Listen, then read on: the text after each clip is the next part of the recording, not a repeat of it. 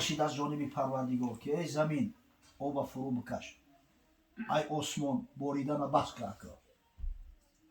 حکم پروردگار میگه جاری شد، آسمان دیگه باریدن بس کرد، آهسته آهسته زمین همه هم آب فرو برد تا وعده که کشتی نوح علیه السلام تهش در همین کوه جودی در زمین رسید. همین آیت هم میگه گرفتم خواستم اول همین جواب بگم. ای بچه این همی 6 مخشید نوشته استم نمیشه نشید است اخونت بسوز گفتن که یک آیت شده که در 6 ماه جواب نگفته باشی آیه 6236 آیت های تو که ایره بود میکنی؟ نگو من یک چی را درک کردم. این کتاب انسان نیست، انسانی خیلی نوشته نمیتونه. اگه این همی نو حقیقت دریافتم که این کتاب الله هست، کتاب انسان نیست.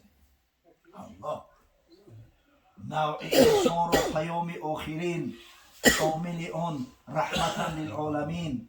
این کتاب آخران پیغام خداوند به بنی بشر های، حمل کنندش محمد صلی الله علیه و سلم های. اگر سینه بزرگ محمد صلی الله علیه و سلم که او را قبول نمیکرد برای ما و شما نمیداد، ما قوتی تحمیل او را داشتیم. والله که نه لو انزلنا هذا القرآن على جبل لرأيته خاشعا متصدعا من خشیة الله. خداوند میگه اگر این قرآن ما در کوه سنگی اگر نازل میکردیم از ترس هراس پاره پاره میشید. و این سینه بزرگ فراخ محمد صلی الله علیه و سلم حبیب الله قبول کرده است، برای ما را پیشنهاد کرده است. آخه این خیلی کتابه، حرف او را ریب نه، تبدیل نه، آیه اش سرمنشه تعویل نه. این را ببینه کتابی که تمام علوم در خودش گرفته است. عقل ما ناقصه و ایلا قسم به الله تمام همین کشفیاتی که میشوه اولی کتابایی هست قرآن و کشفیاتی نو. بعد همین می نویسن همین معجزهای قرآنی را که چخل ظاهر شده استیم. یک وقت در همین تلویزیون یک برنامه میرفت، یک فیلم حجتی سریال ولی درست подводная одиссея команды Кусто کی دید استش؟ کسی تماشا کرد و اونجا خیلی لذت برده گرفت. ژان ژاک کوستو گفتن یک بله بحرنورد فرانسوز بود، کماندا داشت، یک کشتی بودن. همین بحر و اقیانوس‌ها را ایالا می آموختن، حیواناشا، حرارتشا، ترکیبشا. همین کوستو در همین جایی که بحر میان زمین با اقیانوس اتلانتیک به هم برمیخورن، همین گلوبای گیبرالتار، همینجا در وقت تحقیق مشاهده میکنه که اون بحر و اون اقیانوس یک جا نمیشوند. طوفان میخیزه در اتلانتیک با مسافه صدها کیلومتر همون موجا را میدونه در بحر میان زمین، آب به همدیگر آمیخته نمیشوند. رنگ آب فرق میکنه. رنگ آب اقیانوس نسبت رنگ آب بحر سبزتر بوده است. ای بحر کبوتر. ترکیب نمکش فرق میکنه، حرارت آب فرق میکنه، حتی ماهیاش خوش نمیشوند دیگه. همون موج خطی میان با هم تمیبریان دیدوان.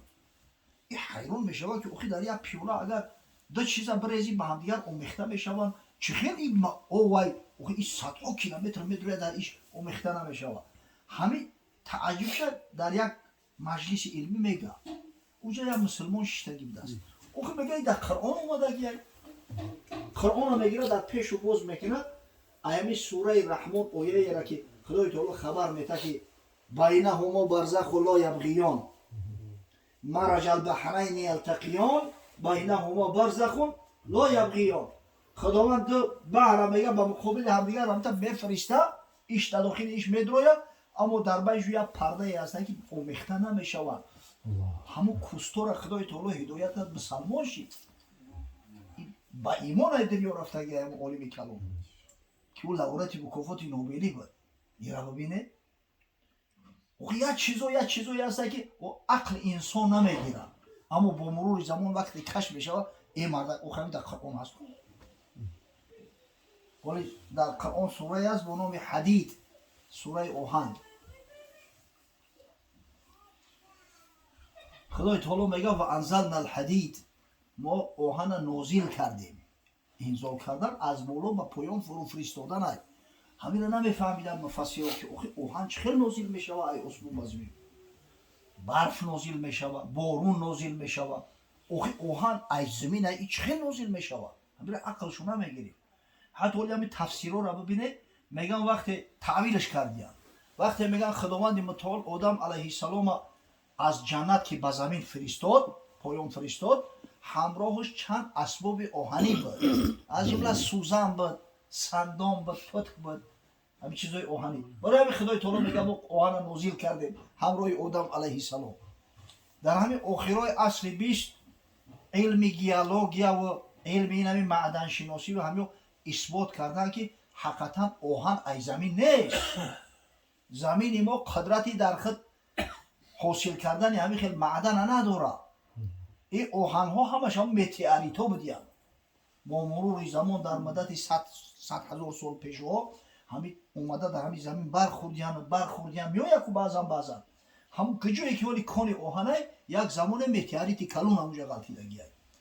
این آهن در سیاره هایی که حرارت ها 10,000 گراد سلسیوس گرمه همونجا در تیار میشید است بعد همین به طریق متئوریت اومده در همین زمین زده است این را بی در قرآن هست میگه آقای تو وقت این را به تجربه نبینن مردم عقلشون نمیگیره جمیع العلم فی القرآن لکن تقاصر عنه افهام الرجال همه علوم در قرآن وجود داره اما عقل انسانو نمیگیره این را تا زمانی که به تجربه نشناسند اگر به شرطی که همین الف لام قطع بگیریم الحدید سورة الحدید والله اعلم این سوره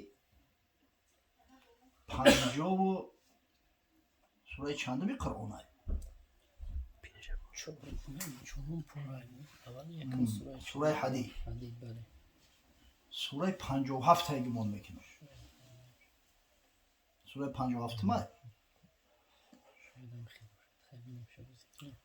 مقصد ببینید خودی اگر همین 57 گفتید درست گفتید یک کاری ماشاءالله خونه بود همین چیزا در ذهن بگیری علمی هسته که در ذهن تای تو که یک کلکولیاتر بزنی بود تو که یک کتاب بکوبی بود ولی خیال میکنم زمانایی میشود که به خدا قسم دیگر در حق همون ملوهایی که در حال در معرکه به سوال جواب میگن زار میشی دیگر نمیومیم شو آیسته همه هر کس همی کسبه حقی خودش رشته حقی خودش قطعی تنگ رفته است و ملو را میقپی سوال شرعیش میتی که میگم ما حدیث سوالم که این مسئله رو نمیدونم مفسر ما تفسیر سوالم که این مسئله رو نمیدونم اخیرا تمام شد باور کنه بخدا همین کار استوستا به همین رفته است اما علمی واقعی علمی هست که در همین جا باشه او یکی رپیتیشن بکنی میگذرونیشو میرای محفل تا میگذرونی بعد یه هفته خاطر نمیره او علمی چیه او علم هم نیست